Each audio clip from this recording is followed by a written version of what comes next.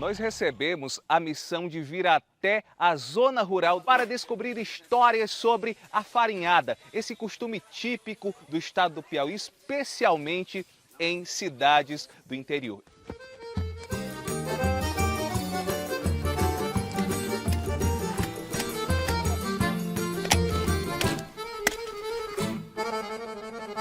Eu tenho muito orgulho de ter nascido na roça. A roça para mim praticamente é o tudo.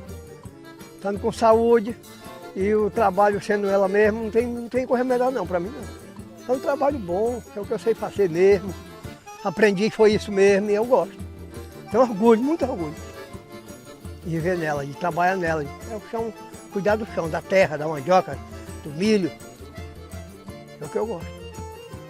Aqui é o meu tudo, aqui de quando eu nasci para cá, tudo é isso aqui. E eu gosto de plantar mesmo porque eu gosto de ter. Você está vendo que aí tudo é zelado, tudo limpinho. Tá aí. Eu tenho orgulho mesmo, de seriedade. Não importa, tem irmão que é doutor, tem irmão que é empresário, tem irmão que é mecânico, dono de loja de peças de enquanto. Não tem inveja não, tem inveja de mim próprio, porque eu vivo aqui e vivo bem demais. É muito bom. Tão bom que dá vontade até de chorar.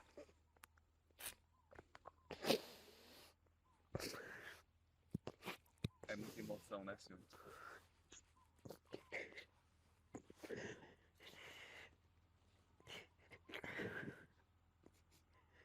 Mas tudo é passado. Por que ele causa tanta emoção?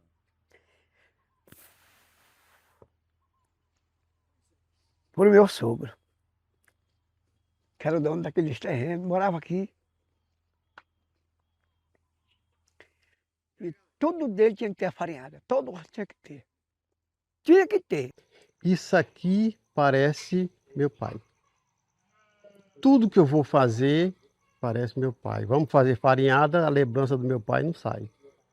O que eu vou fazer aqui, que dá certo ou dá errado, eu lembro dele, o que ele ia falar.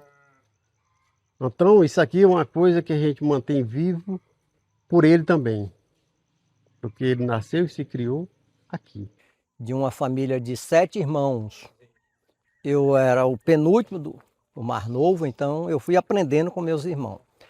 É uma lembrança boa, mas era uma lembrança bem árdua também.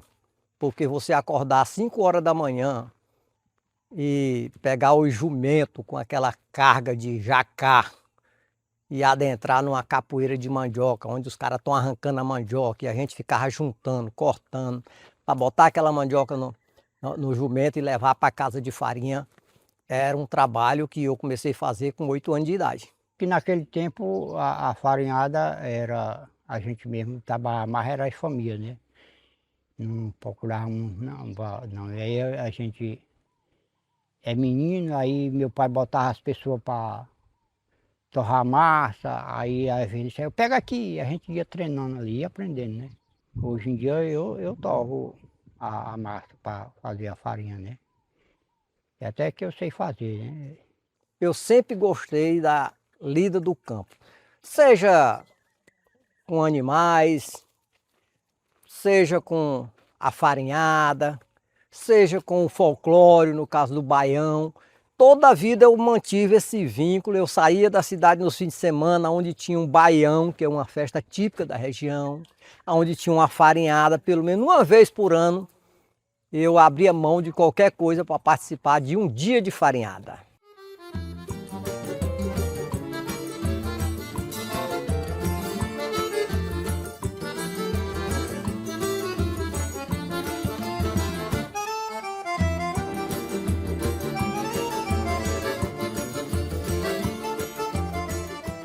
As técnicas de produção da farinha são heranças culturais que a gente traz assim com muita força dos povos originários, dos povos indígenas. Então toda essa técnica de produção da raiz, né, de processamento da raiz para a produção da farinha de mandioca, elas foram aprendidas, né, totalmente pela herança dos povos indígenas que já habitavam, né, a região aqui da América, especialmente a região aqui onde hoje se constitui o nosso país, o Brasil, a região nordeste do Brasil. Farinha ajudava naquele alimento, a gente botava mandioca de molho para fazer a puba, fazia aquele mingauzinho por menino comer, e aí fazia farinha de puba, que quando não tinha nada para merendar, que era difícil, aí comíamos um cheirinho de farinha de puba com rapadura.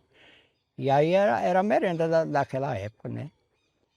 E aí hoje em dia, meus meninos, eu criei quase tudo, a gente pisava a puba no pilão, aí passava um pano para fazer bem fininho, caía só aquele pauzinho fino, para fazer o mingau por mim, que às vezes não tinha condição de comprar.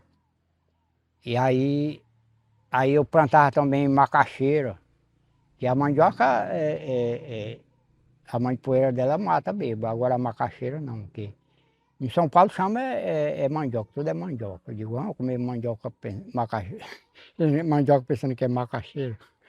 Aí a gente chama macaxeira. Eu às vezes não tinha condição de comprar massa de milho para fazer cuscuz por menino. Aí eu tirava, descascava ela, aí a gente faz um ralo de frango. A gente pega um prego, fura aí e bota numa tábua assim, fica redondinho, a gente vai ralando. E hoje em dia vem um ralinho para vender.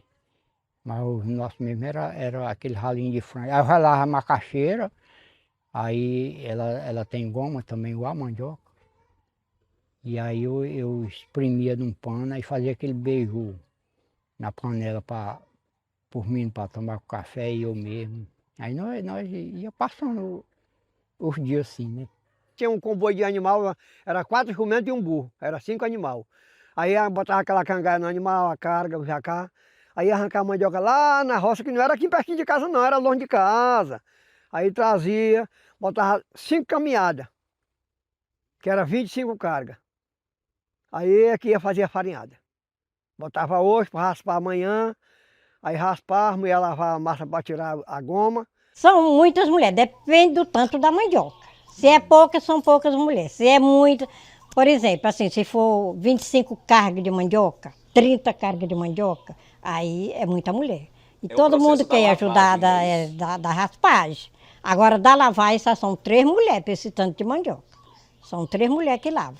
E lavam ligeiro, porque quando a gente acaba de raspar, questão de meia hora, elas já têm acabado de lavar a massa. Pega a mandioca aqui, a raiz, aí você descasca ela, depois lava ela, depois coloca num banco de catitu, onde tem o aparelho que serra ela todinha para virar massa. Depois da massa, você pega, coloca um pano, ou numa gamela, ou num tanque, ou numa bacia grande. Aí coloca a massa dentro daquele pano, aí joga a água em cima, aí você esfrega umas 4, 5 vezes, leva a massa e traz dentro do pano, aí até sair aquela água todinha, que aquela água que sai é a goma, é a água com a goma. Aí você vai tirando, vai jogando fora a massa no outro lugar para imprensar, para poder fazer a farinha. A gente arranca segunda, a mandioca, no dia de segunda-feira. Aí trata terça, tratar começa de raspar, cevar, lavar, a mulher lavar a massa e os homens começam a torrar. Aí então, segunda, terça, aí quarta-feira as mulheres lavaram terça. Quarta-feira as mulheres vêm desmanchar aquela água, escorre aquela água que tem, a mandipoeira. Aí vão arrancar todo dia dentro daquela coisa e passar todo dia no pano de novo para tirar as impurezas, ficar só a goma. Aí bota aquelas impurezas todas para um canto, que aí chama-se a borra. Aquela borra faz o beiju para todo mundo e é bom, o beiju é bom demais. Tem gente que não gosta, mas é dos melhores que eu acho. Aí você faz tudo isso e maravilha. Aí acontece que você passou o quê? Segunda, terça, quarta, quinta-feira que você vai tirar a goma dos cocos para botar no sol para secar. E não é miudinha não, os torrões são grandes. Aí passa a quinta-feira pegando sol, aí sexta-feira você vai quebrar ela no sol para ela secar total. Aí vai apanhar tudo sábado, então é 8 dias uma arranca de mandioca. Dá para fazer 2, porque a gente faz da gente e o cara faz outra. Por exemplo, nós terminamos terça, aí o cara já bota quarta para tratar a quinta, que ele vai terminar também a dele segunda ou terça, da semana que vem.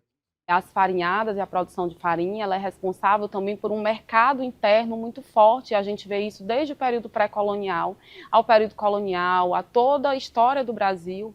Eu estudo, por exemplo, na minha dissertação, o período imperial, né? A gente vê nessa época uma forte troca de relações entre as diferentes categorias de trabalhadores que a gente tinha, por exemplo, no Nordeste brasileiro, especialmente no Piauí, em que essas várias categorias elas integram a agricultura familiar. Então, quem é que produzia os alimentos para a subsistência dessa sociedade piauiense? Onde é que o vaqueiro, onde é que o pequeno agricultor, onde é que o roceiro, o agregado, né, eles estavam ali também participando dessa produção. E aí está, né, o cultivo da mandioca, o cultivo do fumo, do algodão, da própria cana-de-açúcar também para a produção de rapadura. E é essa troca desses produtos que garante um mercado interno, que garante uma teia de relações comerciais, relações econômicas, mas também de relações culturais, de relações que perpassam, né, também essas outras características e que fortalecem a identidade sociocultural do Nordeste e do Piauí. A gente tem, né, no processo ali de organização da farinhada toda uma rede de relacionamentos que são ali reforçados naquele período. Nós temos ali uma interação comunitária, né, muito forte, inclusive que perpassa os limites ali de uma comunidade, mas que também vem pessoas, né, de outras comunidades para participar daquele momento. É um momento de trabalho, é um momento também de festividade, né, de interação entre essas famílias. A farinhada em si, ela, como bem disse, não objetiva só a produção. Mas era um momento de integração, de convivência em comunidade, porque a maioria, hoje nem tanto, mas lá no passado, a maioria das farinhadas eram feitas de forma, as pessoas vinham de forma voluntária. Era tipo assim, eu vou fazer minha farinhada, hoje vem o João, o Francisco me ajudar. Quando ele vai fazer a dele, era um trabalho de comunidade. Além da produção, que é o objetivo principal, você unia famílias, porque depois da farinhada tem o dia da festa do beiju. Então aquelas pessoas que vinham trabalhar, arrancar mandioca, descascar, tinha o dia da festa do beiju, onde era distribuído o beiju para cada uma daquelas pessoas que participavam. Então o dia do beiju era o dia do fechamento da festa, porque a farinhada em si era um período de festa o dia todo, de alegria, de risos e assim. Não é só produção, é uma integração de comunidade. A farinhada, além de ser ali um trabalho, mas não deixa de ser uma festa, um momento muito bom. E hoje aqui na comunidade, a gente faz farinhada, todo mundo se reúne para participar, para se ajudar, né? O dia da farinhada de seu fulano está todo mundo lá. No dia da farinhada do seu fulano está todo mundo lá. Aqui todo mundo se ajuda, todo mundo participa para se ajudar, sem cobrar nada. Hoje é assim. Quando a gente estava tudo trabalhando, aí tinha aquelas alegrias, a gente sorria, a gente conversava, tudo. Achava que era animado, que é a festa que o povo chama da farinhada. Mas não é de festa com banda, não. Era só mesmo trabalhando mesmo. Rapava mandioca. Só de alegria, de todo mundo, a partir do idoso à criança. Vai todo mundo e todo mundo acabou demais. É beleza. É uma coisa, um movimento, eu acho que a Xenca é um movimento muito melhor do que qualquer festa. É bom demais. A farinhada é um negócio impressionante. O cara que vive dentro do interior, que frequenta todo ano a farinhada, ele não tira do sentido. No ano que vem está bem aí para vir a outra farinhada. É bom demais. É sem limite de bom. Você sabe que está produzindo o que é bom, sabe que todo mundo está participando, todo mundo tem uma coisa para levar. Quando no fim termina de torrar aquela farinha, todo mundo leva uma farinha, os donos dão uma farinhazinha quente, uma sacola aí, leva para o compadre. Nesse tempo tudo era bom de vender, a farinha, a goma. Eu morava na Estaca Zero, como eu falei, e lá eu levava para Teresina os comboios, com 5 jumentos, era 5 cargas de farinha para Teresina vender, e vendia tudinho, e era bom de vender. A goma era bom de vender, e ainda hoje a goma é. Desde pequena que eu participo, muito bom, muito ótimo, todos os anos, todos nós irmãos, fazemos essas farinhadas, gosto demais, é muito bom a farinhada, quando a gente vai, é muita folia, principalmente aqui agora que tem a comunidade, aí é muito que as pessoas vão, a gente conversa. Tem até conjunto agora, né? Para tocar, para dançar. É rapando as mandioca e dançando, né? Na hora que avisa que tem uma farinhada, das minhas vem tudo. É muito, é 10, é 15, né, Luísa? Muita mulher. E homem também, hoje entra na raspagem, é tudo. É homem e mulher, uma vai cortando as cabecinhas da mandioca, as outras vão raspando. E a mandioca que é toda lavada, lá a gente lava a mandioca toda em outras gamelas. E aí é um lazer, Ave Maria. Quando é meio-dia na hora do almoço, a gente faz almoço. Se eu sou a dona da farinhada que estão fazendo hoje, eu faço o almoço para todo mundo. Se é o Aloysio que é o dono da farinhada, ele faz para todo mundo. É assim, é uma coisa divertida para a gente e para todo mundo. E aí é uma coisa que a gente cuida de uma farinhada, dá trabalho, é pesado, mas a gente gosta. Eu gosto da farinhada, eu dou valor à farinhada.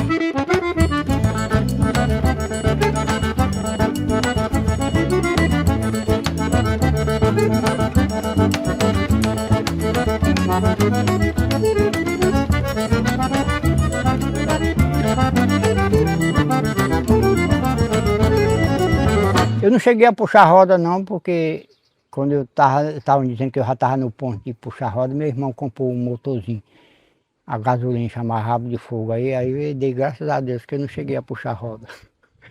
Mas era pesado, só arrancava 6 cargas. Eu não sei, vocês não conhecem, que é um jacá que tem, né? As arrancas eram de 6 cargas, que era para puxar na roda, e aí tinha um torrador. Só que arrancava todo dia. Hoje em dia arranca uma arranca de 20 cargas, 30 cargas, bota na casa do forno de carro. Não carrega mais nem animal, os animais hoje em dia estão mais libertados, não trabalha carregando carga como antigamente não. Com 14 anos comecei a puxar roda, arrancar mandioca. E hoje a grande diferença é que você tem dificuldade de encontrar pessoas que sabem trabalhar com essa tradição. Isso me deixa muito triste, assim. É claro que as pessoas estão sempre em busca de melhoras. Então hoje a gente está num sistema de produção de farinha mais mecanizado ou industrializado, vamos dizer assim. A prensa já não é mais aquela prensa manual, os fornos da torra já não é mais aquele forno manual, já tem todo esse sistema. Isso vai tirando aquela originalidade da farinhada que tinha 2, 3 décadas atrás. E a gente vê que na minha região, aqui hoje, por exemplo, nós temos uma casa de farinha aqui, na Segurança 2, nós temos uma casa de farinha aqui no Nazaré, são 2 no Nazaré, mas essas casas de farinha, elas trabalham hoje mais para manter a cultura da farinhada. Por que eu falo isso? Porque antes se fazia farinhada um mês. Você agendava, na próxima semana é de uma pessoa, na outra semana de outra, era farinhada de mês. Hoje as farinhadas aqui é 1 dia, 2 dias. Por exemplo, aqui nós fazemos farinhada de pequenos produtores nativos, com o objetivo mais de manter essa cultura viva. Hoje nós dependemos da indústria. Sem a indústria nós não vamos conseguir, né? Mas a tradição antiga é o que dá mais prazer para a gente. É o que recorda a gente naquele período de tudo que você já viveu até hoje, né? Então você industrializar para nós aqui não é bom. Porque a gente tá naquele costume de viver aquilo, de viver aquela tradição. A mão de obra é nossa, né? Eu acho que isso é importante. Mas sem querer, a indústria é muito importante nesse momento, né? Porque vai produzir mais, mas eu acho que até a qualidade, a maneira como é feita as coisas artesanalmente, eu acho que sai com mais qualidade. O produto tem mais qualidade. Naquela época tudo era braçal, e aí hoje em dia aí já tem, para carregar a mandioca tem o trator, tem o carro, Aí tem a carroça, que naquele tempo era na caidinha de jaca, jumento, cavalo, burro. Aí tá, hoje em dia mudou demais hoje em dia já tem fábrica de farinha, eu já vi na televisão o forno elétrico, né? Ele é redondo, aí tem aquela, botar as paetas mexendo, que é pra gente não mexer mais. Aí maneirou mais o serviço para farinhada.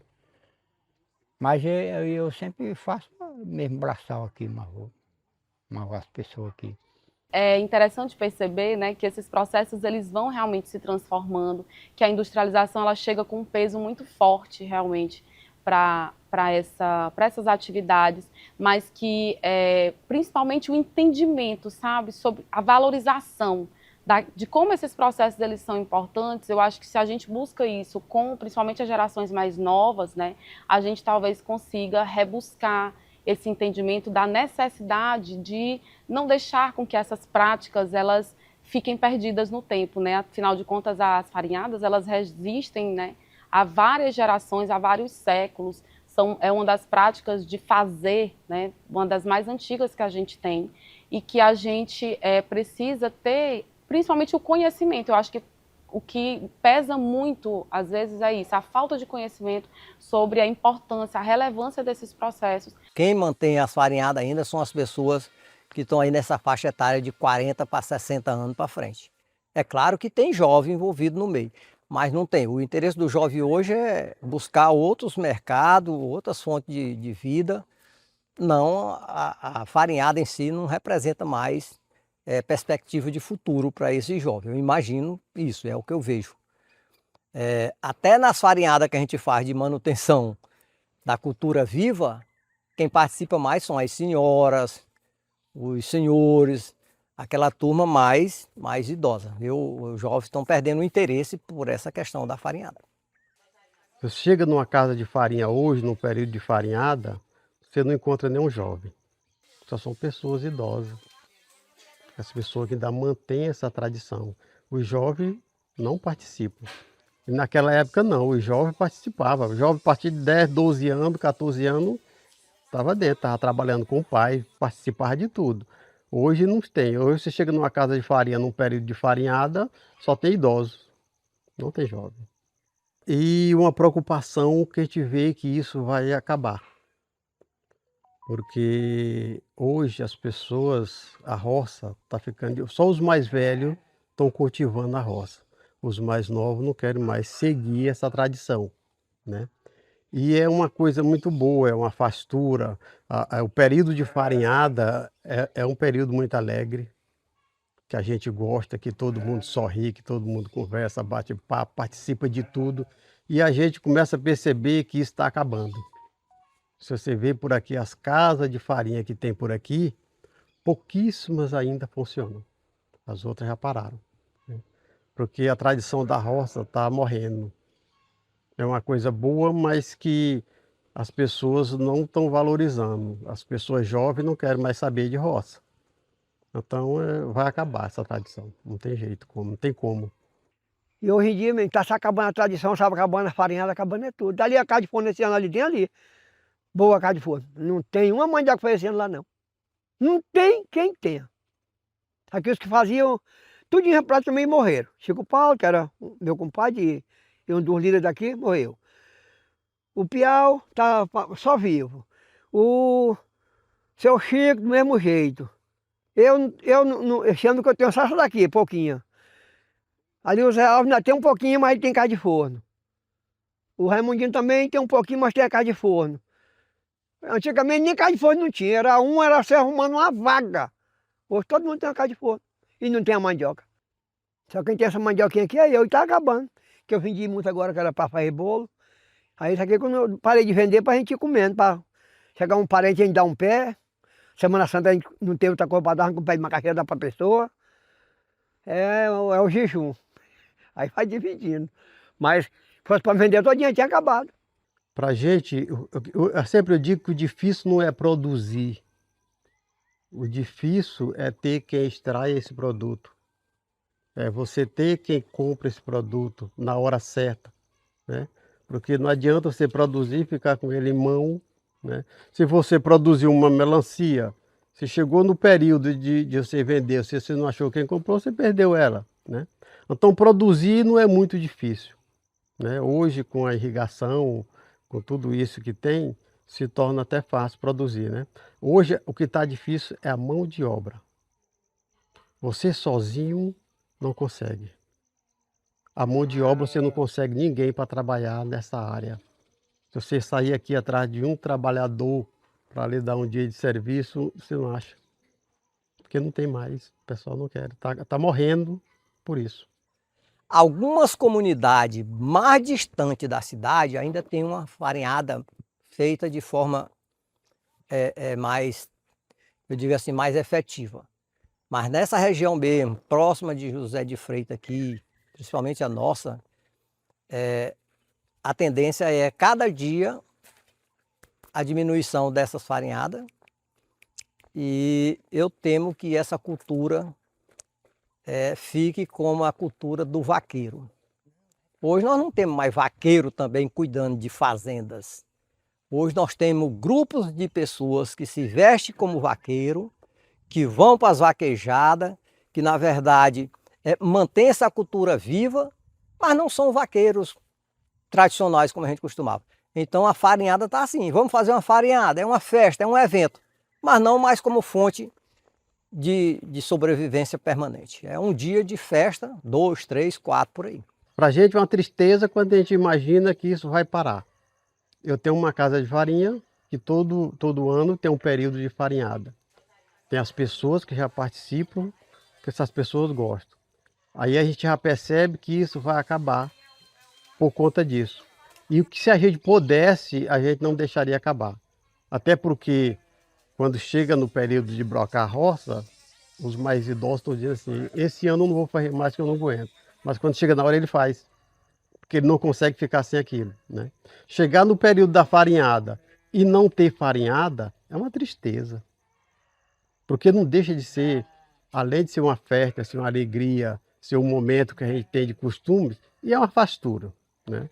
Aquele momento ali é indispensável.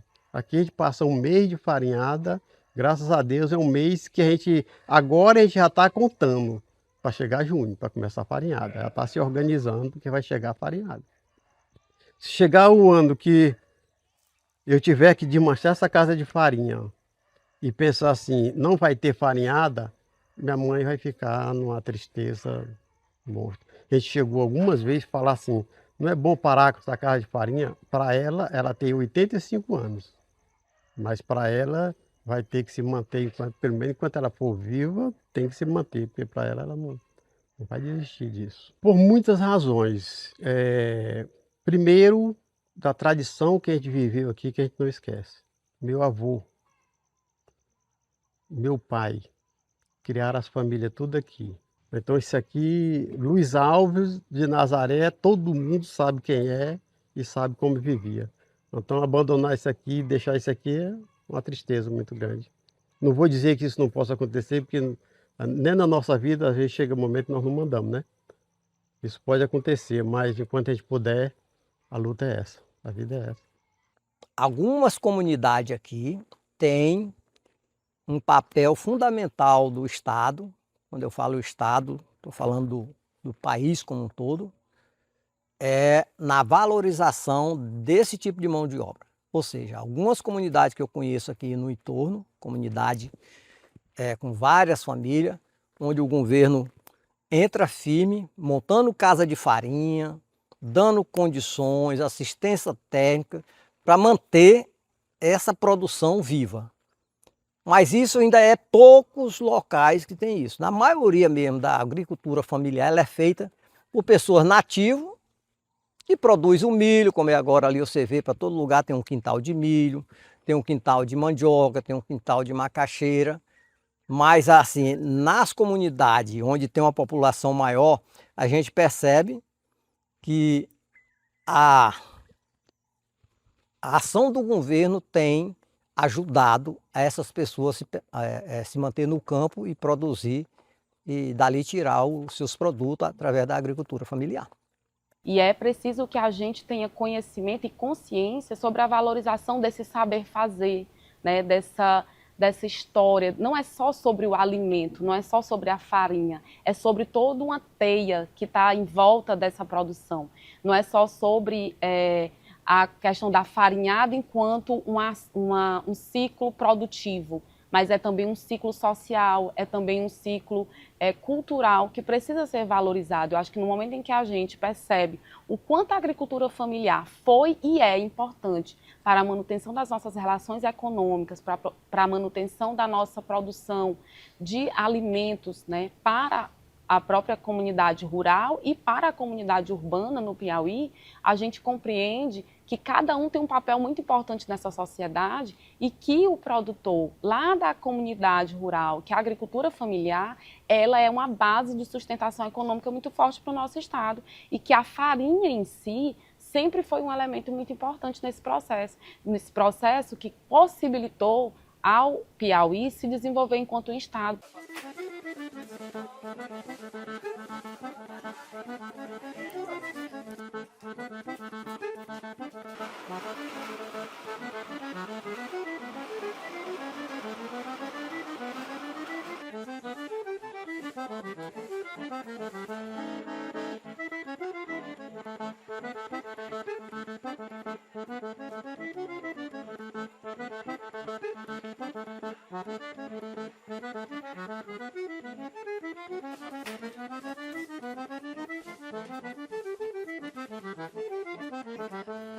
Tudo que você aprende na vida e você dá valor, é bom para você.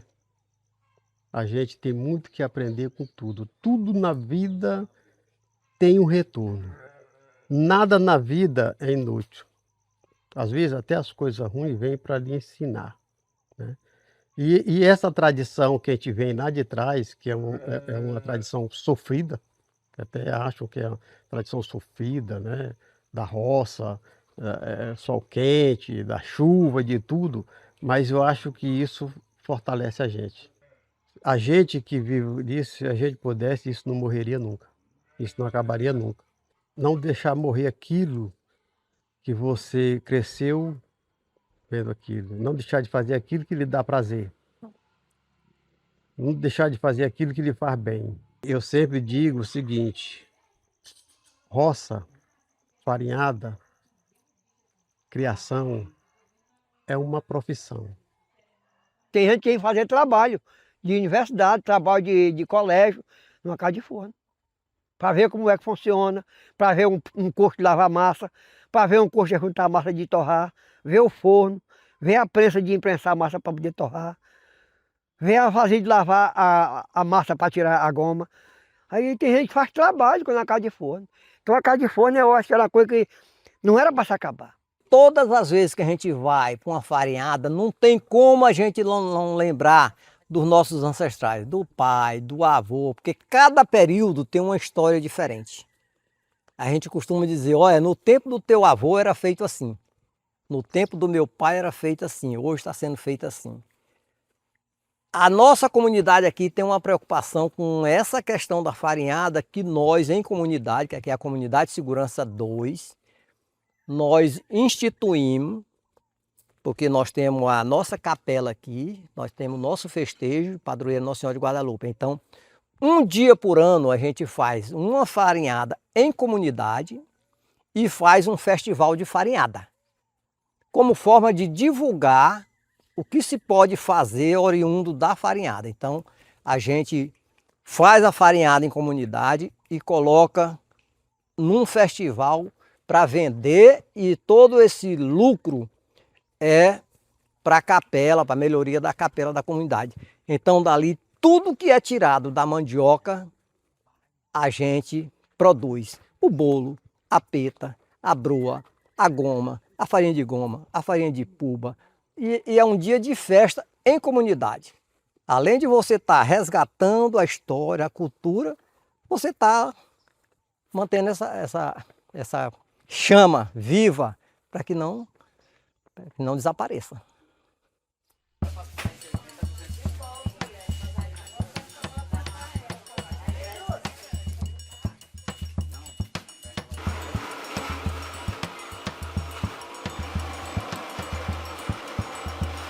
foi uma grande alegria mostrar para você a história da típica farinhada piauiense a partir desta família que valoriza essa tradição cultural, histórica e gastronômica do Piauí. Eu agradeço o seu Aloysio, o seu Valdir, Dona Francisca e também o seu Raimundo que nos recebeu aqui na Casa da Farinhada. E a gente volta numa próxima oportunidade para mostrar mais tradições culturais desse grande estado que é o Piauí. Eu fico por aqui. Tchau!